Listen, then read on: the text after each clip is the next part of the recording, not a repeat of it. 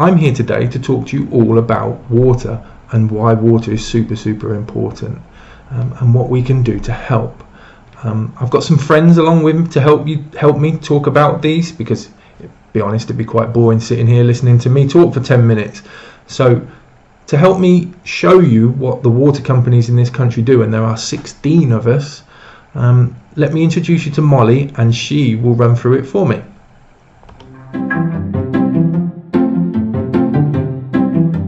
Have you ever thought about where the water in your tap has come from? Or even where it goes after going down your drain? Let's find out together.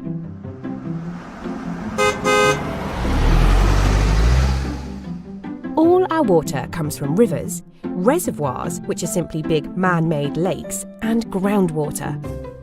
Groundwater is the water that is found underground in the cracks and spaces in soil, sand and rock.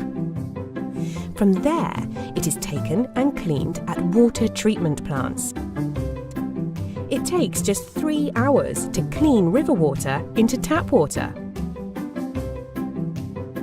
Once treated, it is put into blue pipes and travels to our homes, where we use it for lots of different things.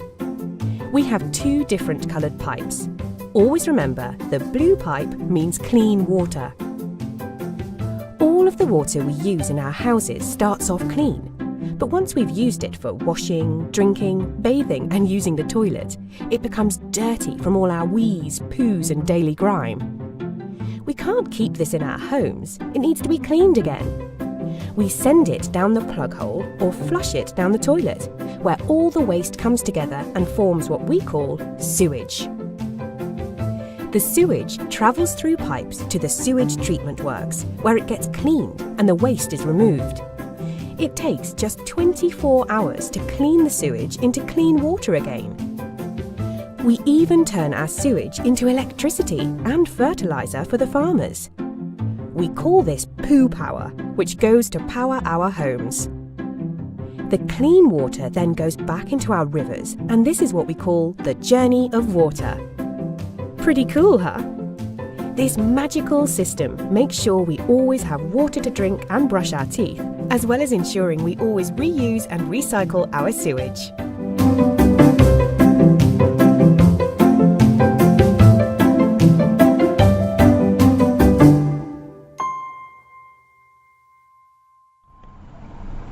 Thank you, Molly. So that is what we do at the water companies in this country. We clean the water that comes from the rivers and the lakes and underground, and we make it nice and safe for you guys to drink, for all of us to drink actually.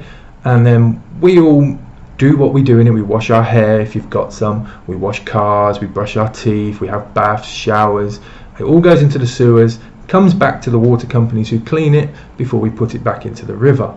Now this is a super important job, because what do you think would happen if we didn't clean the water? Shall I show you a picture of what happens if we just let sewage go straight back into the river? So that's what it would look like. What do you think that would do to the fish and the animals and all the plant life around the river? Yeah, you're right. The pollution would kill it all off. And it would make the water undrinkable for us too. So it wouldn't be good for us in the long run either. So we have to be really careful about how we get rid of things. And we do a super important job here at Severn Trent in making sure that our rivers stay nice and healthy. Now, everybody thinks we're really lucky in this country because we have running water and we have sewers and we clean the sewage, and that we don't have any problems. But this is not true.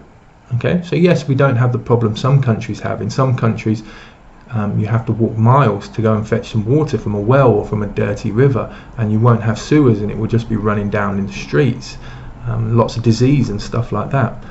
But we still do have problems in this country. Our problems are a little bit different, but they do affect the whole world. So the first major problem that we have is the size of the population. The population in the whole world is increasing every single day, but the water that we have is staying exactly the same, and that's because we don't make water. The water on this planet has been here for billions and billions of years and stays the same amount. we just keep reusing it. Okay, so we need the water cycle to work properly for that to happen. Okay, we need to be really careful. The way that we use water has changed. So in the 1960s, we did a survey at Severn Trent, and in the 1960s, the average person used about 90 litres of water a day. Today, in 2020, the average person uses 150 litres of water every single day. So we are using 60 litres more each per day as a population. And if you times that by everybody, if you look around you and see all your friends, and times 60 just by the people in your class, and see how much extra water every single day we are using. And as I say, we don't make new water, we just keep using the same. So it's still the same amount of water, but we have to share it amongst more of us. Okay, but the really big problem that we are having, and we are starting to see here at the water companies, is with drought. Now, drought means we don't get any water because there's been no rain. And in 2018, we had a great big event in this country where we didn't have any rain for nearly 30 days.